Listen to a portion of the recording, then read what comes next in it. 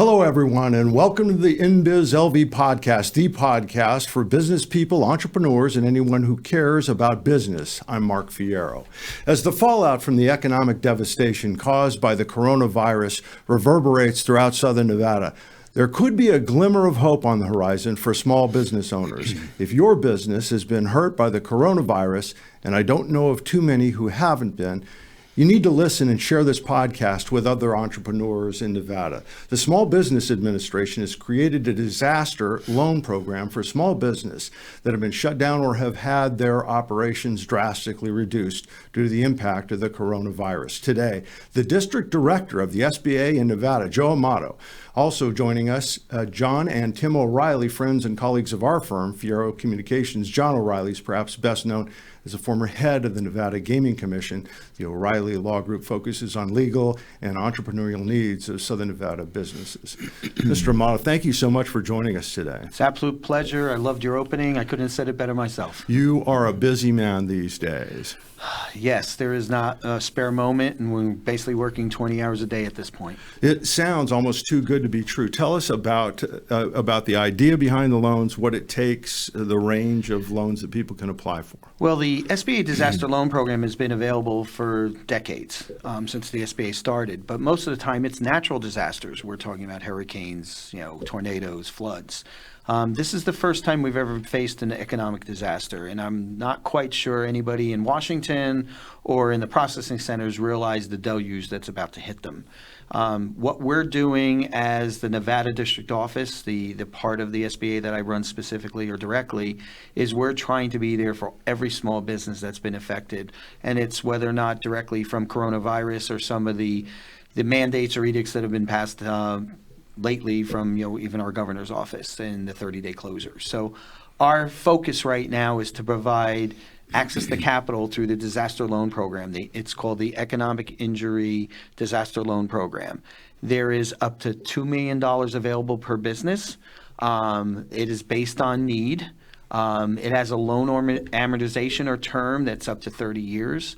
And if you're a for-profit business, it could be 3.75% loan. And if you're a nonprofit business, which is also available for disaster loans, it could be 2.75% interest. So they're really trying to figure out the best way to get money out there to the businesses that are hurting. And I don't know any business that isn't hurting during this time. And these are historic low rates. I mean, this is about the best picture that you can get for any loan, irrespective of the duration or the rest of it. Well, somebody who may be eligible for like a $2 million loan with a 30-year amortization, first of all, they won't have to make one payment for 12 months. So you don't make your first payment till 13 months. Their belief is that it gives you some time for not only this to be settled as far as the coronavirus is concerned, but also to be some recovery time and some escalation and scalability to solvency and back to normalcy.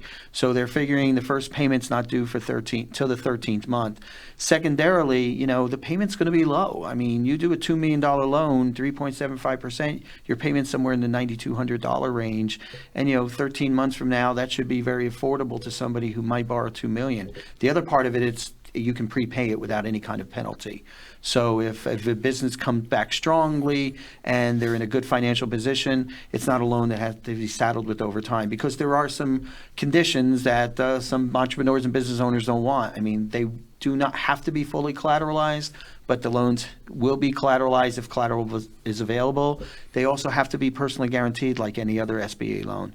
So great entrepreneurs that are going to rebound quickly and get back to solvency quickly, they're going to probably want to get rid of them as quickly as possible. And there's a very high repayment rate. People that get disaster loans normally are very grateful. Once their business are stabilized, they're very eager to pay them back.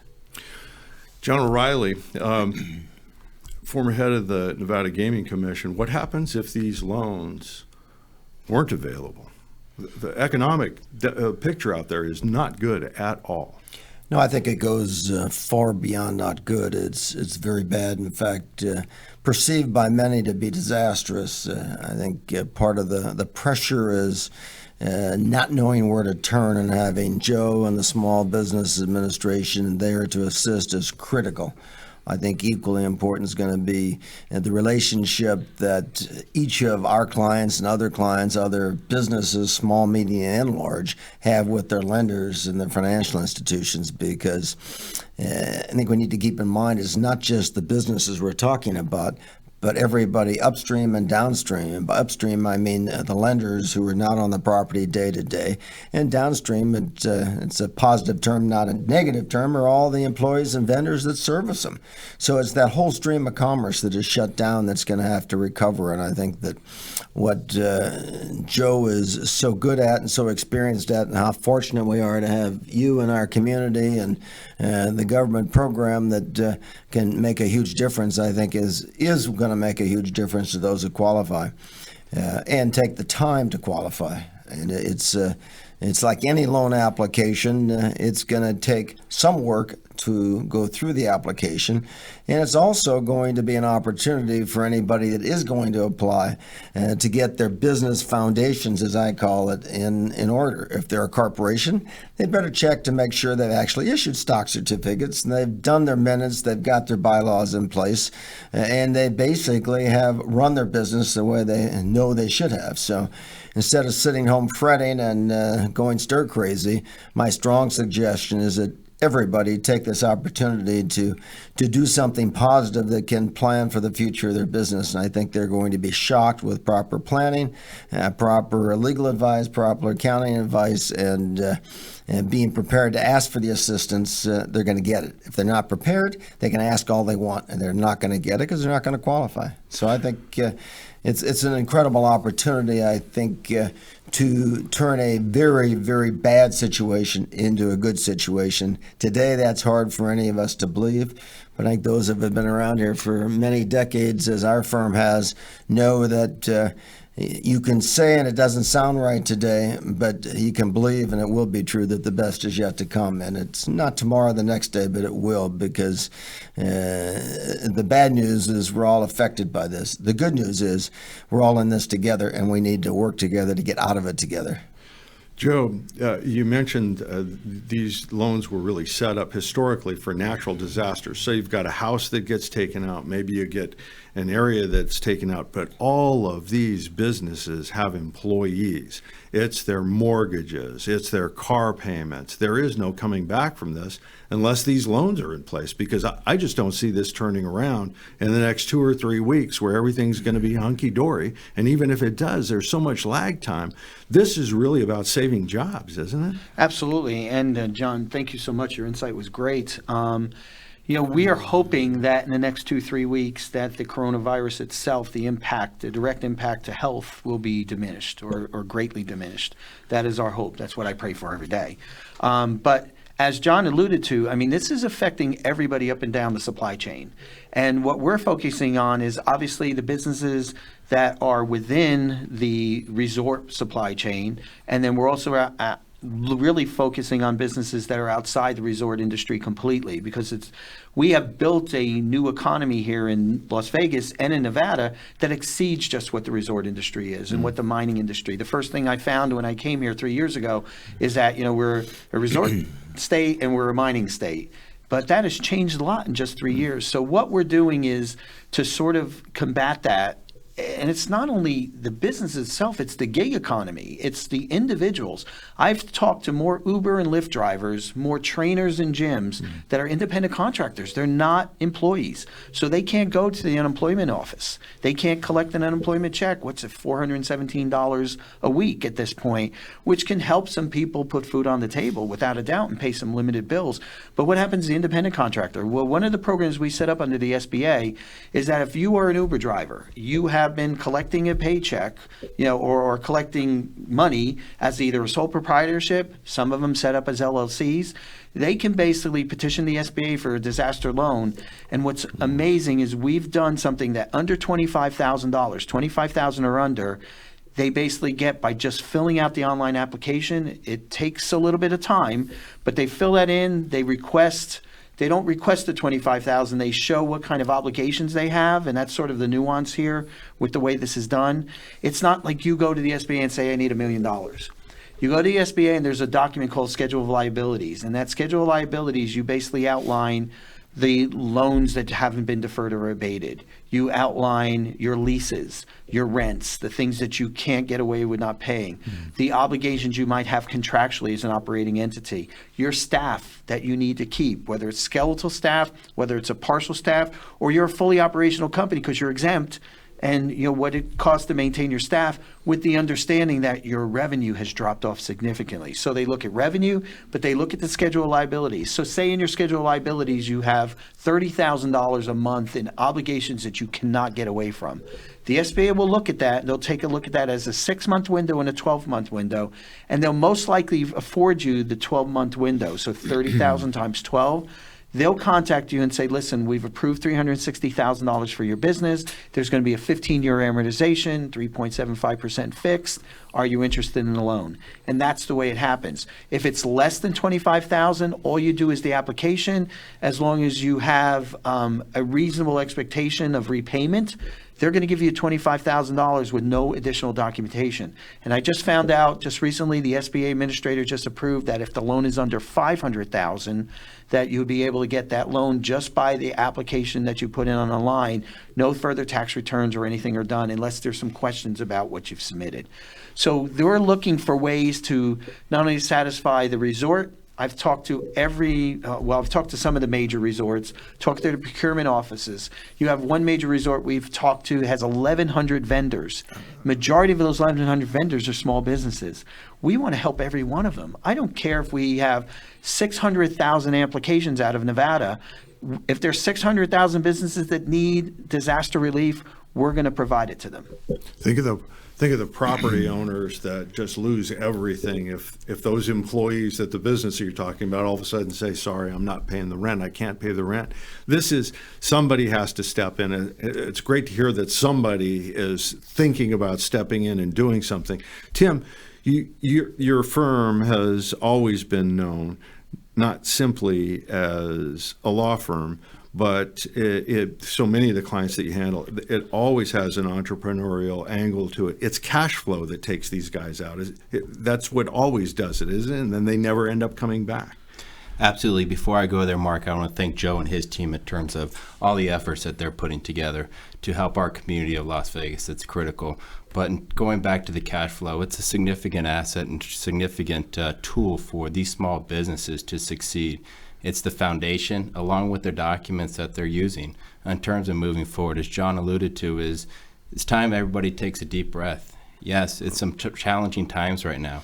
However, we can see the opportunity with these challenging times as they take a deep breath, realize where they're at right now, realize where they want to go in the future.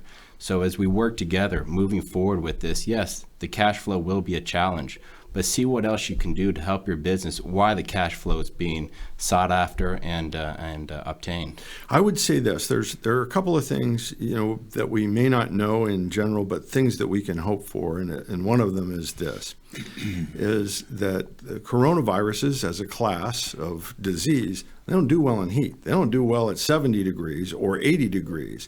By next month, we should be well into those kinds of numbers.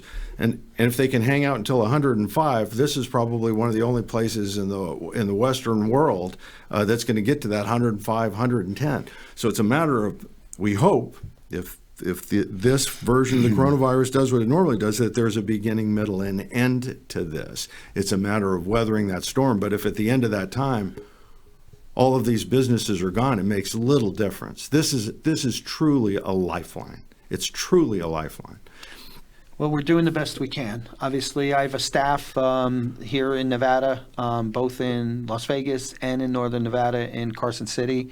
Anyone interested in applying for an SBA loan, it's sba.gov/disaster. That is the way to fill the online application. Anyone that needs assistance that doesn't seem to be getting it quickly enough in a phone conversation, they can call the Nevada District Office at 702-388-6611. And I'm crazy for doing this, but I do this all the time. If everything seems to not be working in your way, you can email me at joseph.amato, it's AMATO, at sba.gov. I've gotten probably close to 250 emails a day, and I answer every one of them.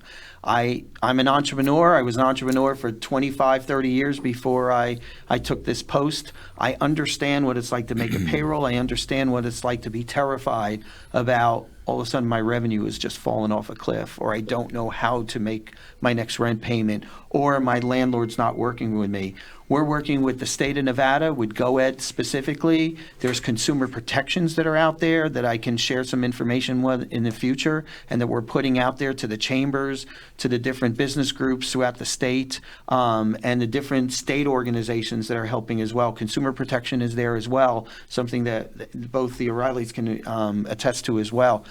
This is a time for us to strengthen as not only business organizations, but as a business community. And what we're trying to do as the SBA is not to be the most popular person on the ground, but be the most resourceful. By contacting us, going to sba.gov/disaster and filing an application. If you are a business, you're an entrepreneur, you're a sole proprietorship, an LLC, corporation, it does not matter. We're here to help. I told everybody off the top, share this podcast, and you can see now what I was talking about, how important it is that people understand that this is available, that business people know that this is available to them, and that they've got somebody that is working on their behalf, that doesn't come in as an agent to the federal government, that comes to the table with the background of an entrepreneur. And I tell you, I can't imagine a better guy for the job. We really do. Thank you. And Las Vegas will make it through this. We always do. The guys that have been around here forever, we always do. But it's good to know that somebody's got our back. Joe Well, Mark, Marty. there's one other area I think that even though it's not an area that typically falls into the area of all the good work that you do, Joe, or that we do, but what I've found and what Tim has found through the years of providing legal services is that an awful lot of good comes if we can give our clients some peace of mind. Mm-hmm. And with that, my advice to anybody that's listening to this is reach out to Joe, the SBA, ask for a loan, begin to do something positive. Don't sit there and spin your wheels, because it will make you sick if you're not sick now. And I think all the discussion we hear on television now about the issues of the virus, nobody yet is focused on, and ask anybody that's listening to focus on it for themselves, their family, and their friends, is what stress will do to each one of those people, whether they have a serious ailment now or a disease or heart issues or not. They're going to adversely affect their health if they don't take this in a positive way. And I think one of the byproducts of this that may very well come out of it is, as I listened to the TV this morning, the last couple of days, and I see the president and the doctors talking about whether they should try this medication that's been around for 20 plus years to treat malaria, and then there's a debate in the medical community as to whether or not it's a good idea or a bad idea. I hope and pray that they try it, that they keep the documentation so they know how well it works, because the documentation thus far seems to be it does not kill people. It creates a few issues for people, but if we document it, we may set this entire world of healthcare that we live in up to a new level that has never been dreamed of before, because what we're dealing with is one massive clinical trial. And everybody can consent to taking the medication. Everybody can agree, and every doctor that prescribes it can be mandated and agreed to provide monitoring results. And suddenly we can have what would take us billions and billions and billions of dollars, perhaps and probably make lives better that are suffering from this virus, and yet show us and show the bureaucrats and show everybody in the world that we, the people of the United States of America, can remake the clinical trial world and suddenly prove that there is a remedy out there that may not have been proven yesterday, but by this time next year, people can be waving flags and say, we proved it, it works. So to me, it's worth trying if it's not going to do more harm than good. And I think that if they couch it in terms of a massive fast-track clinical trial, it will suddenly get a whole lot of people who, instead of criticizing, I think will say thank you and jump on the bandwagon. It's on the shelf. It's FDA approved. It's up to the doctor whether or not they want to use it for a different purpose. And I was looking at exactly that drug a little bit earlier, and I'm going to see if I catch it. Hydrochloroquine. Keep your ears open. That may very well get us down the road the rest of the way. Joe Amato, a very, very busy guy. I do want to thank you so much for taking the time to be with us today and for being here on the show so that we can spread the word out there, the good works that you guys are doing. Absolutely. And just I want to reiterate, it's online applications to sba.gov/disaster. If you need to get in touch with someone on the ground here, my staff is working 20 hours a day at the Nevada District Office, 702-388-6611. And if you really need some direct information, because I'm on the ground, I'm meeting with businesses every day, it's joseph.amato, AMATO, at sba.gov. When was the last time that you heard an employee of the federal government helping out that much? It's my job. I tell On behalf you. of all our clients, I say thank you again, and all of our friends and family, and for all those in Las Vegas, thank you, and God bless you. Thank you. Thank you. Time for us to wrap it up. Sincerely thanks our special guest, District Director of the Small Business Administration, Nevada, Joe Amato. He's a busy guy and going all the way for us these days, and we really do appreciate taking the time. Now it's up to you because you have to spread the word on this podcast so that you can hear it directly from the man's mouth. For all of you out there who own businesses, have that entrepreneurial spirit in your heart, or care about someone who does, remember to like, share InBizLV Podcast on Facebook. You can also catch us on iTunes or Stitcher and subscribe to our channel for updates on YouTube. Make it a great day. I'm Mark Fierro. See you out there in the deal stream.